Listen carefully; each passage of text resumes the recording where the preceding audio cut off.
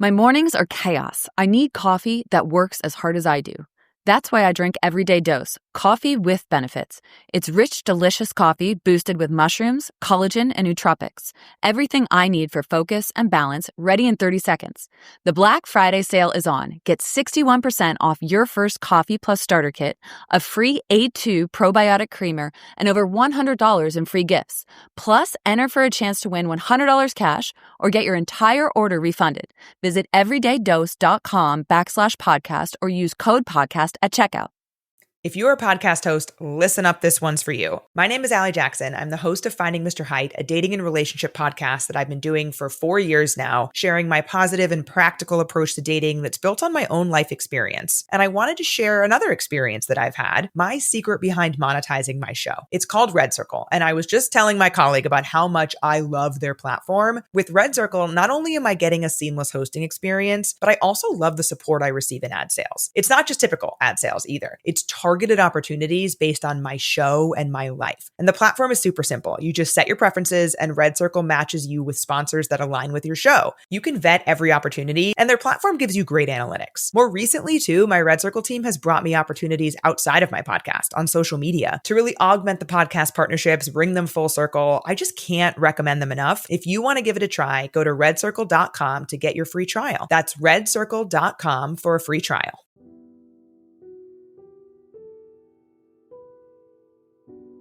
It's not obvious to me that people themselves think that they're valuable all the time. Often they don't think that at all. They certainly don't think that often when they're depressed. They certainly don't think that when they're suicidal. They don't really think that when they're ashamed or guilty or frustrated or disappointed or angry or waking up at 3 a.m. and tormenting themselves with their consciences. They don't necessarily think that when they're fighting with their family or when they're upset at work or, when things go wrong in life. And so it's not so bloody obvious that people are inherently valuable. And then you might also notice that it's kind of easy to think that some people are more valuable than others. It's very easy for human beings to think that about other human beings because no matter where you look in human societies, there are rank orders of value, right? In any hierarchy that we produce that's associated with some ability, we find that some people are so much better at whatever it is that they're doing that it's an absolute miracle, and most people are absolutely dreadful at it. And so, if you were thinking about inherent value as an approximation of skill or competence, then it wouldn't be obvious from the structure of the world that people were inherently valuable in that manner either, because there's such a rank order difference in our ability to do things. And you might say, well, that kind of averages out across things, but I don't think that's a very strong argument either. So it's not obvious where this idea that people are inherently valuable came from. That's a tough one. In fact, I think it's one of the least obvious concepts that human beings have ever come up with, that each of us is to be attributed some divine spark, let's say, that makes us equal in some fundamental way before God, before the reality of the universe itself, even in relationship to our own laws. I mean, if you want a miracle for an idea, I can't think of one that's more unlikely than that.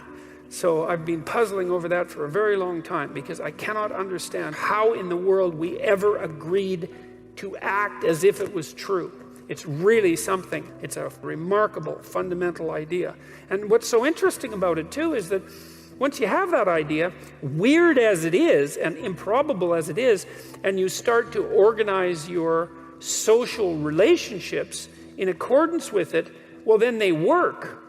My rule too is treat yourself as if you're someone responsible for helping. And it's sort of predicated on the idea that regardless of your inadequacies and your malevolence, which, I'm sure you have many inadequacies and no shortage of malevolence, just like everyone else. Regardless of that, you have a moral obligation, so that would be a responsibility, to assume that despite all evidence, that there's actually something of intrinsic worth about you, and that as a consequence, you're duty-bound to treat yourself like that is true.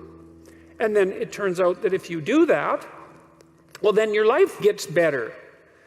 And I don't mean happier exactly, although I would say it gets happier. I mean it gets richer and more meaningful and deeper and more worthwhile. And you become more educated and you become wiser and you treat yourself with more respect and you're a better model for other people and you're a better father or a better sister or better mother, whatever it happens to be.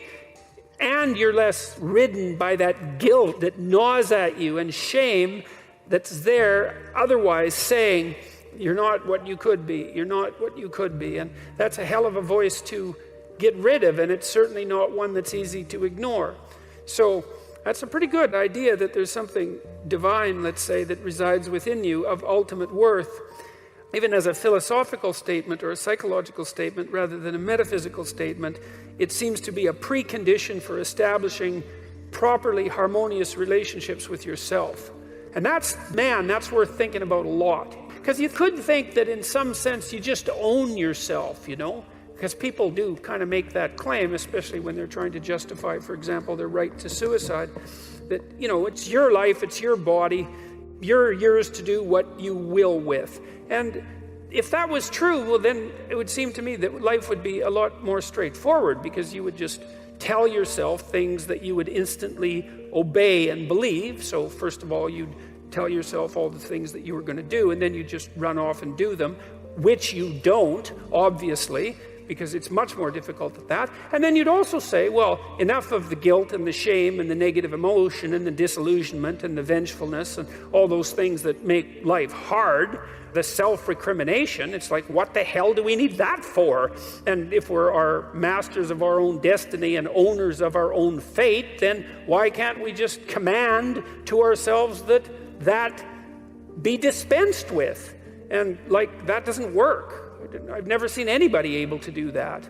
I mean, you can fool yourself for very brief periods of time into thinking that might work, but it doesn't work, and that's strange. And this is one of the reasons I love the psychoanalysts, because they were really the people, apart from the religious types, who figured out that whatever you are, you're not a unitary spirit that's under your own dominion. You're something like a loose unity of a multiplicity of spirits, many of which are doing their own thing, which you're striving to bring into some form of unity. But even that unity isn't something that's under your control in any real sense. It's a unity that has its own nature that you have to exist in relationship to.